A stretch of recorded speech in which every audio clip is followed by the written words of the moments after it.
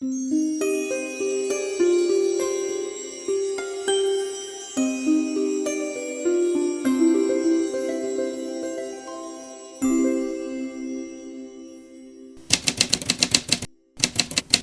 به حضور شما که ما در 15 بهمن 1327 به دنیا آمدیم که بعدها فهمیدیم این تاریخ چه تاریخ عجیب غریبیه. و خانواده ما خانواده تقریبا اون روزها میگفتن فئودال، ولی کشاورز و املاک و اینها داشتیم، ولی بیشترینش تمایل و علاقه به کار تاریخ و فرهنگ ما داشتند. و خوشبختانه یکی از بستگان نزدیک ما که اون دو زمان نماینده مجلس هم بود از اون شهر بیجار، خدا روحش شاد کنه، شخصی بود به اسم شیخ الملک اورنگ، شاعر اندیشمند، واقعا شیخ الملک لقبش بود و به دستگاه حکومتی موقع هم خیلی نزدیک بود. وقتی که من به دنیا میام مصادف میشه با 15 بهمن و اون واقعی دانشگاه تهران و ترور محمد رضا شاه پهلوی. این جناب شیخ الملک میگه این بچه بسیار بد قدم است، به دنیا آمده است، این اتفاق افتاده و خیلی ناراحت میشه. خونه ما و ایشون یه در مشترک داشت، بعدها مادرم تعریف میکرد از این قضیه خیلی ناراحت شده بود. روز بعدش از طریق رادیو اینها متوجه میشه که اتفاق خاصی نبوده و خیر گذشته. میگه صدا کنید این بچه رو بیارید خودم اسمشو بگذارم، این بچه خوش قدم است و اسم ما رو میذاره شاهرخ. و این تاریخ شروع زندگی ماست با این اتفاق در بیجار. ما از یک خانواده مذهبی 100% هر شب جمعه خونه ما روزه بود. به سنت خانهای اون زمان و مسائلی که بود، پدر بزرگ من در یکی از روستاهای اونجا به اسم چلمیران تمام این 40 روز رو، هر روزی رو اهالی یک ده نذری میدادند. 5-6 تا آشپز و نمیدونم فلان زیاد. این سابقه مذهبی آنچنانی زیاد. محمد رسول، محمد رضا، زهرا، شریفه، همه اسمها مذهبی است.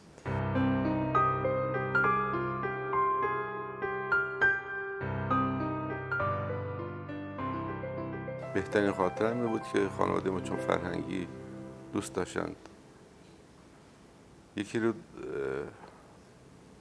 استخدام کرده بودن که بسیار باسواد بود، سعدی و حافظ و فردوسی و مولانا رو حتی.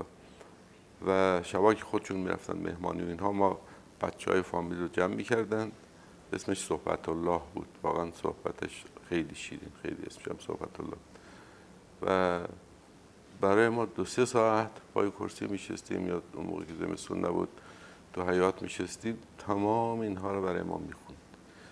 هرچه من دارم، چون زمانی که انسان بچه است بهتر میگیره، حرفا رو بیشتر تو ذهنش میمانه. احتمالا اگر چیزی دارم امروز شاید ریشش از اونجا باشه. این بهترین خاطرم. اگر کسی نتواند کودکیش رو با خودش تا روزی که زنده است، 100 سال، 90 سال، 50 سال حمل بکنه، داشته باشه، من فکر میکنم که یکی از اعضای اون شخصیت انسانیش کمه. چون کودکی انسان لطافت میده، کودکی به انسان گذشت میده، کودکی به انسان شیطنت‌های شیرین میده، کودکی معصومه، کودکی پاکه. و این پاکی رو ما باید از اونجا با خودمون بیاریم تا روزی که هستیم. ما که بزرگ میشیم در گیر مسائل میشیم و خیلی مسائل ما رو از اون کودکی جدا کنه، ناپاک میشیم، سالم نیستیم، دچار خیلی مسائل میشیم. اون پاکی که ذات انسان پاک است، ذاتی که خداوند در همه انسانهاش نهادینه کرده، اون نفخه دمیده شده دم خدا در وجود ما ناپاک میشه. باید کودکی رو بیاریم. کودک پاکی. خب من همین تو خیابان میرم امروز همیشه کودک‌ها رو میرم قش میکنم، ماتشون میکنم اگه بتونم. البته کار درستی نیست. کودک‌های مردم، من برای همه کودک‌ها خیلی هم مطلب نوشتم براشون. ارزشی غالب برای بزرگ‌ها نیستن، چون میدونم اینا فرشته‌های خدان. اگر اینها نباشن نمیدونم زمین چه وضعی داشت، بشر چه سرنوشتی داشت. هر چه ما داریم از پاکی و لطافت و سلامت روح بچه هاست. دبستان در همون بیجار 15 بهمن، مثل دبستان تو هم 15 بهمن بود و من 6 سال اول رو اونجا درس خوندم. بعد دبیرستان تا سیکل اونجا، همون دبیرستان پهلوی. و بعد از سیکل به بعد اومدیم تهران به دبیرستان دارالفنون که از بهترین دبیرستان ها اون زمان بود و خیلی هم به من سخت گذشت. شما کرد هستیم، لهجه‌مون کردی بود. این بچهای دارالفنون خیلی بچهای سرتق و خیلی بچه تهرانیای آنچنانی و خیلی هم بزرگتر از همه دبیرستان ها بودن. خاص بس مثل دانشگاه بود شکل ها، شمایل بچه ها. ما لهجه داشتیم، ما رو مسخره میکردن. من هیچ وقت دوست نداشتم شفاهن پای تخته برم چیز دادم. کتبی رو خیلی دوست داشتم، مثل الانی که خوب نمیتونم حرف بزنم، ریشش برمیگرده به اون مشکل. من پدر مادرم خب طبیعتا همه پدر مادرهای اون زمان، شاید متاسفانه امروز، دوست داشتن پسراشون یا دکتر بشن یا مهندس بشن و من بالاجبار رفتم. اون 3 رشته بیشتر نبود دیگه، ادبی بود، ریاضی و طبیعی. و من خیلی خودم دوست داشتم ادبیات بخونم، ولی اینها گفتن نباید پزشکی بشی، رفتم طبیعی خوندم. بالاخره دیپلم طبیعی از دارالفنون گرفتیم و بعد که استقلال پیدا کردیم دیگه خود حرف شنویم کمتر شد. بخصوص که یکی از 2 تا از فامیلای ما روزنامه داشتن و مجله داشتن. آقای عباس شاهنده مدیر روزنامه فرمان بود و من زمینی که محصل بودم در دارالفنون غروبا میرفتم چهارراه کنت لاله‌زار. پلون آقای شاهنده تو روزنامه میچرخیدم، میگشتم، نگاه میکردم چه جوریه، چه دوست داشتم. این دوست داشتن هر روز بیشتر شد و بعد دیگه تصمیم گرفتم من بیام برم اینجا. به پدرم گفتم و آقای شاهندم گفتم، ایشون لطف کرد پذیرفت، گفت بله بیا. و ما رفتیم اونجا کار روزنامه نگاری که چه عرض کنم، کار پادویی رو شروع کردیم. علی اصغرخان امیرانی، بله بله بله، ایشون هم از همشهریای نازنین و واقعا استاد و مدیر و راهنمای من بوده. در کوچه خواندنی‌ها خیابان فردوسی دفترشون بود.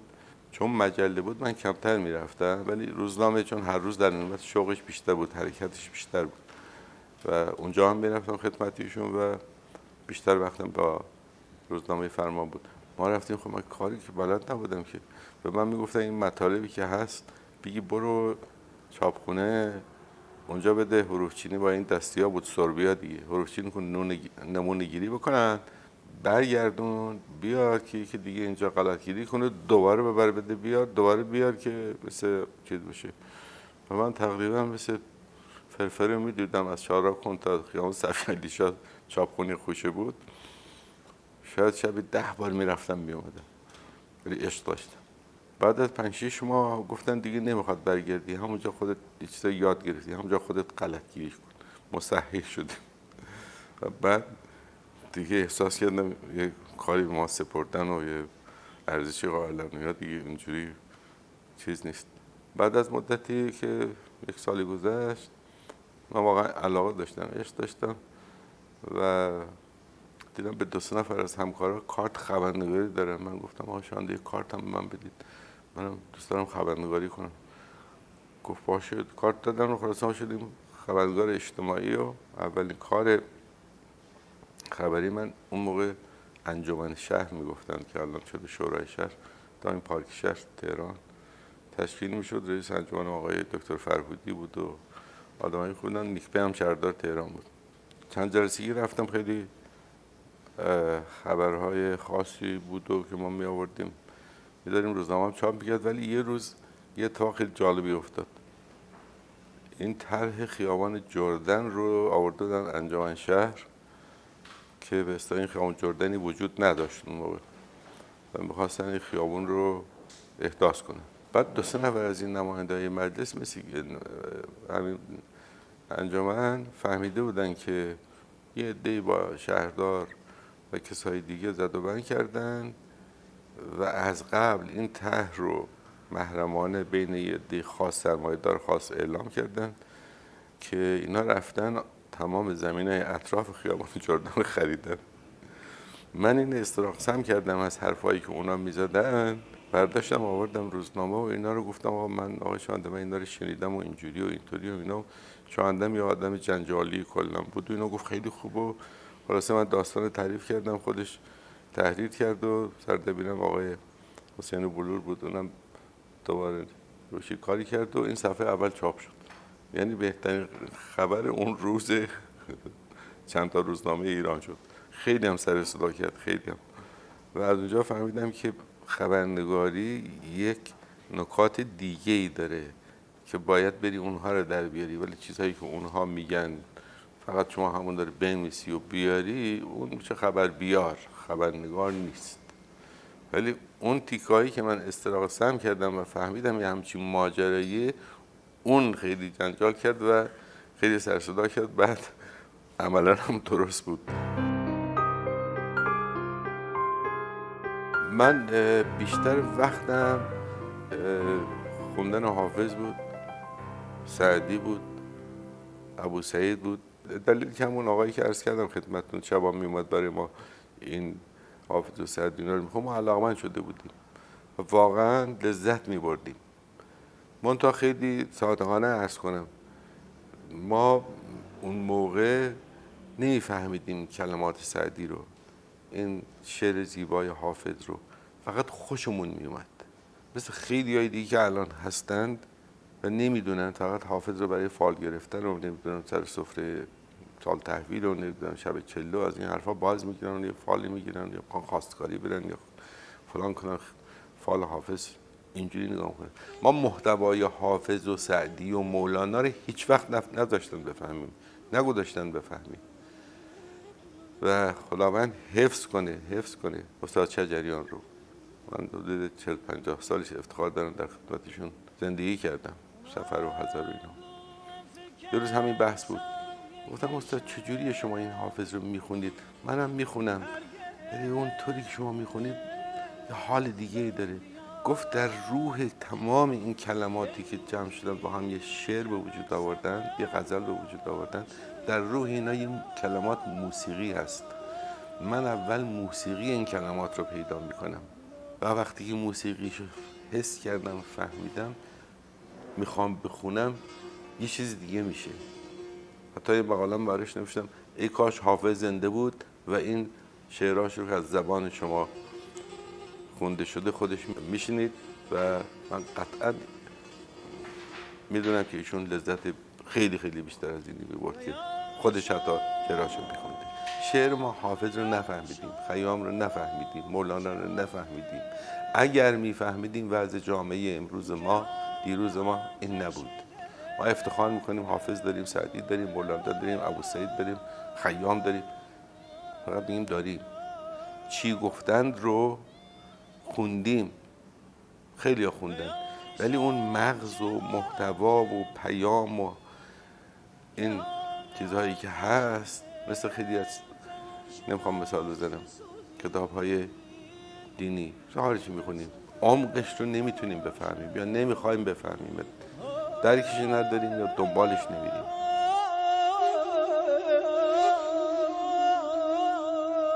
من به دلیل عشقی که پیدا کرده بودم به مطبوعات تقریبا مجاب کردم پدر مادرم و خوشبختانه اونها آدمای خیلی واقعا روحشون شاد و آرسته بودن، رو حرف من کم حرف می‌زدن. بودن حالی که دوست داری برو. و من با عشق رفتم، با علاقه رفتم و واقعا به این کار عشق داشتم. بعدش هم در عمل ثابت کردم. زمانی که خبرگزاری پارس بودم روزی 10 ساعت معمولا 6 ساعت 8 ساعت کار میکردم، من 10-12 ساعت کار میکردم. ساعت 4 صبح من میرفتم خبرگزاری پارس. یه بولتن بود، زمان ما این بولتن صبحگاهی بهش میگفتن، یا آقای انیشروان کیهانی زاده بود، خود هستش فعلا زنده است، و 2 مترجم دیگه از این دستگاه مونیتورینگ این خبرهای خارجی رو میگرفتند و رویتر و آشوتیت پرس و رادیوهای آلمان و BBC و سرمان از این مزخرفات، ببخشید این کلمات رو برای اونا به کار میبرم، همشون برای شستشوی مغزی ما فعالن، ترجمه میکردن و این بولتن درست میشد. اونا انگلیسیش رو ترجمه میکردن، من تبدیل فارسیش رو تنظیم میکردم، شد بولتن روزی 20-25 صفحه 15 صفحه بررسی به حجم خبرها داشت و اینو میفرستادن برای وزرا و نخست وزیر و دربار اینهایی که در جریان این خبرگزاری دنیا در مورد ایران فقط و جهان چیزای خاصش. اون موقع جنگ ویتنام بود مثلا، خیلی مسئله مهمی بود. کار ما این بود. بعد که این بولتن تمام شد تازه می اومدیم سراغ کار خبرنگاری.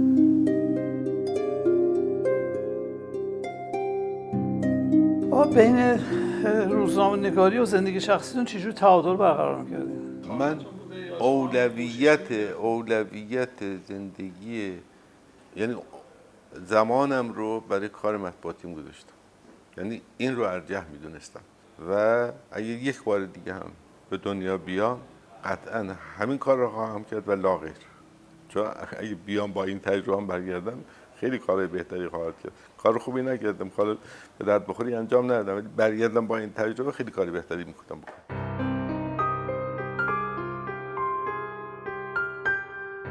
استاد من انجوی شیرازی بوده که در مکتبش واقعا درس آموختم.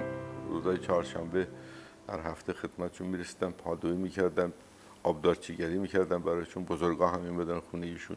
ایشون لطفش من خیلی تحویل میگرفت. ایشون منو با آقای خانلری معرفی کرد. ایشون اصلا از خانلری من اجازه گرفتم که مجله دنیای سخن، چون سخن مال ایشون بود، منتشر کنن. ایشون داد کرد، خانلری گفت بله حتما.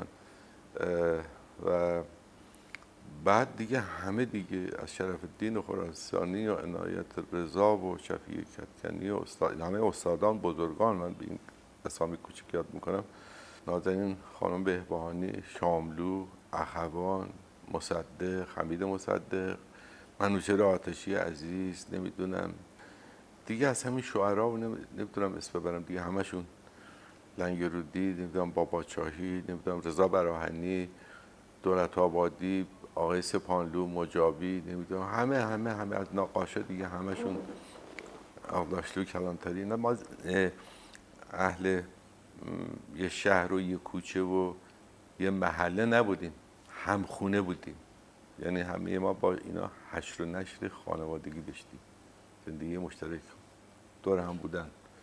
روزنامه‌نگار شدن لذتی که ازش بردم پیدا کردن دوستان نازنین، دوستان نخبه که من یه آدم معمولی بودم غیر از اینکه مطبوعاتی باشم، مثلا میرفتم تلفن میزدم با خانم بهبانی، جوابانی نمیداد، با آقای شجریان شاید مطلقا جواب سلام هم نمیداد، یا این طیف وسیع نویسنده، سیاستمدار، هنرمند، انور خامی 53 نفر اصلا هفته یه روز نمیومد من میدید، من گفت مریضم.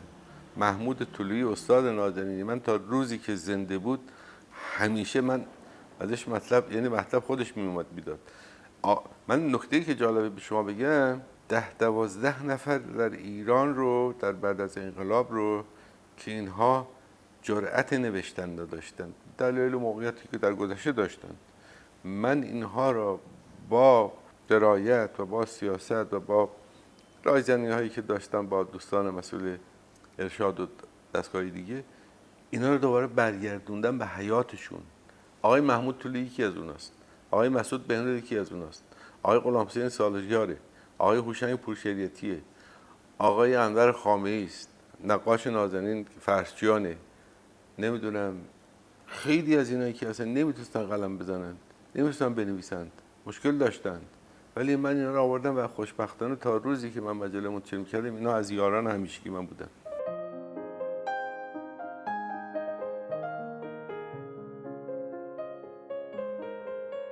من هر کسی رو از هر چی ممنوع بکنند بهش علاقمند میشه. این جامعه شناسی گفته. من عشق به موسیقی داشتم زمانی که دبیرستان دارالفنون میرفتم. از موسیقی از رادیو موقع پخش میشد اینا خیلی خوشم میومد. به همین جهت تصمیم گرفته بودم برم کلاس موسیقی. ما در خیابان شهناسه اون موقع جاده قدیم روبروی سینما بلندروج میشستیم. بالاترش هم باغ صبا بود، یه آموزشگاه موسیقی بود مال آقای باهالو. من معمولا غروبا میرفتم میدم این تابلو موسیقی رو. یه روز رفتم بالا و خلاصه اسم نوشتم و سنتورم دوست داشتم، سنتوری گرفتیم و آوردیم خونه. خونه ما 3 طبقه بود، یعنی سوبلکس بود به اصطلاح امروزی. اون طبقه آخر مال من بود. گفتم خب من اینجا بزنم سنتور بزنم صداش پایین نمیره و کسی نمیفهمه، خانواده مخالف بود. بعد از این مدتی که ما رفتیم کلاس و اومدیم و یواشکی این سنتوره رو میبردیم میومدیم، بالاخره فهمیدن که ما داریم کار مطربی میکنیم. از اون طبقه بالا سنتور رو طبقه 3 انداختن تو کوچه و ما دیگه محروم شدیم از رفتن و آموزش موسیقی. این تو ذهن من موند دیگه، احترام پدر مادرم باید می‌داشتیم دیگه، چاره‌ای نبود.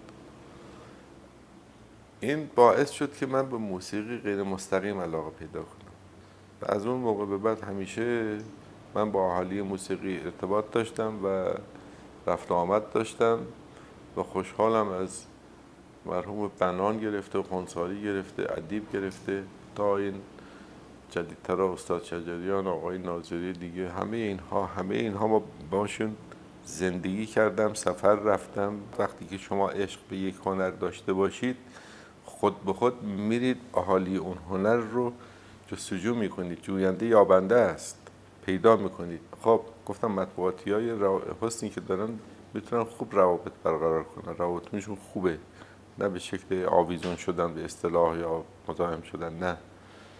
و یکی از دلایل این ارتباط هم، خب من روزنامه‌نویس بودم، اگه میدونستم فلان خواننده نوازنده کارش خوبه کنسرتی داره حتما میرفتم و بعد در موردش مطلب مینوشتم. اینا مطلب من میخوندن، میدونستن که من نه مغرضم نه خدای نکرده جزء اون گروه بندی هم دیگه، اینا جزء گروه خاصی هم نیستم و دارم از صداقت کارش و درستی کارش مینویسم. این خود به خود ارتباط برقرار میشه. بهترین دوستان من همین اهالی موسیقی هستند. هنوز که الانم که در خدمت شما هستیم بهترین دوستانی که من باشون هشت و نشت دارم. زندگی مسافرتی شبانه داخل خارج اینجا دفتر و ایناست. گروه به اصطلاح اساتید موسیقی ملی که متشکل بود از آقای پایور، خب روح شاد، بی‌نظیر، آقای جلیل شهناز، آقای بهاری کمانچه واقعا بی‌نظیر، آقای محمد اسماعیلی زرد، محمد موسوی نی و آقای شهرام ناظری خواننده. این گروه ما سال 48 تشکیل شد و در خدمتشون رفتیم به اروپا و آمریکا و به کنسرت های بسیار بسیار بسیار بسیار بسیار موفق برگزار کردن. همیشه این مثلا در لندن آلبرت هال واقعا قوقا کردن. اینها در بهترین سالن های شهرهایی که رفتیم کنسرت ها همش به قول خودشون سولد اوت میشد و استقبال بی‌نظیر ایرانی ها و حتی ساکنان همون کشورها. مثلا در پاریس بیشتر تماشاچی ها فرانسوی ها بودند چند شبی که بود. یکی از خاطرات خیلی خوب ما تو این سفر زندگی کردن شبانه روز با این نازنین ها بوده. ارتباط هنوزم برقراره با اکثر اونهایی که حالا خیلی هاشون نیستن ولی اونهایی که هستن من وظیفه خودم میدونم که همیشه برم خدمتشون عرض ادبی بکنم، بهشون بیاموزم و بهشون عشق بورزم و این عشق هم فکر میکنم دو طرف است، اونا با محبت دارن. یک چیزی که در واقع مربوط به من موسیقی محلی رو بیشتر از همین موسیقی ها دوست دارم. یعنی موسیقی کردی اصلا تو خون و رگ و پی و استخون بنده و همه کردها هست. اصلا اینها کردها در طول تاریخ موسیقی رو حفظ کردند که از ژنتیکی هم هست علاقه من به موسیقی. این نکته باید نیست خدمتتون بگم. شما در زمان صفویه که موسیقی آنچنان قلقم شد بعد از داستان اعراب و حمله اسلام و اینها موسیقی دیگه حرام اعلام شد دیگه. کردها موسیقی رو با واقعا یک درایت، با یک سیاست در خانقاه ها حبس کردن ولی زنده نگه داشتند. موسیقی رو بردن در خدمت عرفان، بردن در خدمت دراویش، بردن در حفظ موسیقی رو حفظ کردن. و الان وقتی که این اتفاقات افتاده ما ببینیم اگر اونها نبودن شاید ما چیزی به نام تنبور نداشتیم، چیزی به نام دف نداشتیم. ما وارثان نکیسه و باربد هستیم. آخه موسیقی اون موقعی که دو غرب اصلا نمی‌فهمیم موسیقی چیه، توی مملکت ما موسیقی داشتیم، نوت داشتیم، ساز داشتیم، آوازخوان داشتیم. نمونه زندهش باربد و نکیسه. پس این تو خون و رگ و پی و ژن همه ما هست. موسیقی بده. موسیقی هایی که شیطانی من بهشون میگم، شما حس میکنید، گوش میکنید، نمیتونید در واقع لذت ببرید. ولی وقتی که شما یه نوع موسیقی از طبیعت رو من مثال میارم، هر دل که پریشان شود از ناله بلبل در دامنش آویست که با وی خبری هست. ناله بلبل نوت داره، ناله بلبل سکوت داره، ناله بلبل زیر و بم داره، موسیقیش دلنشینه. ولی موسیقی هایی که بنده باش هیچ ارتباطی برقرار نمی کنم هیچی نداره از اونایی که من از موسیقی فهمیدم. موسیقی از طبیعت باید گرفت، مال طبیعت بوده، انسان از طبیعت گرفته، از آوانوشته ها موسیقی گرفته. شعر کلاسیک ما چرا دلنشینه؟ چرا زیباست؟ برای اینکه در تمام این کلماتی که هست نوت نهفته است. در کلمه نوت وجود داره. باید کارشناسش باشه، باید خوانندش باشه که این نوت کلمه رو بیاره بتونه بیان کنه. شعری که بنده میخونم، شعر حافظ، غزلی که میخونم با شعری که استاد شجریان میخونه خیلی تفاوت داره. استاد شجریان موسیقی نوت این کلمات رو فهمیده، در آورده، اینقدر زیبا میخونه که به دل همه میشینه، به دل منم میشینه. ولی من که حافظ رو میخونم و غزل میخونم اصلا معنیش چیزی، اصلا لذت یه چیز دیگه است. پس موسیقی در ذات کلمات هم نهفته است. حیوانات و پرندگان آوازخوان هم که جای خود دارن.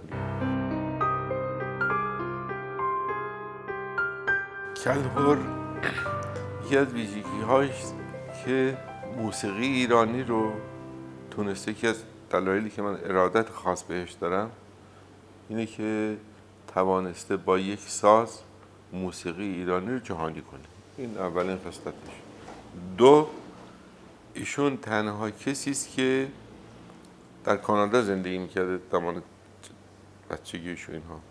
استاد ندیده است، خود استاده و خودش آموخته و خودش زده و خودش اصلاح کرده. به همین دلیل کارش، سازش شبیه هیچ کی نیست، شبیه خودشه.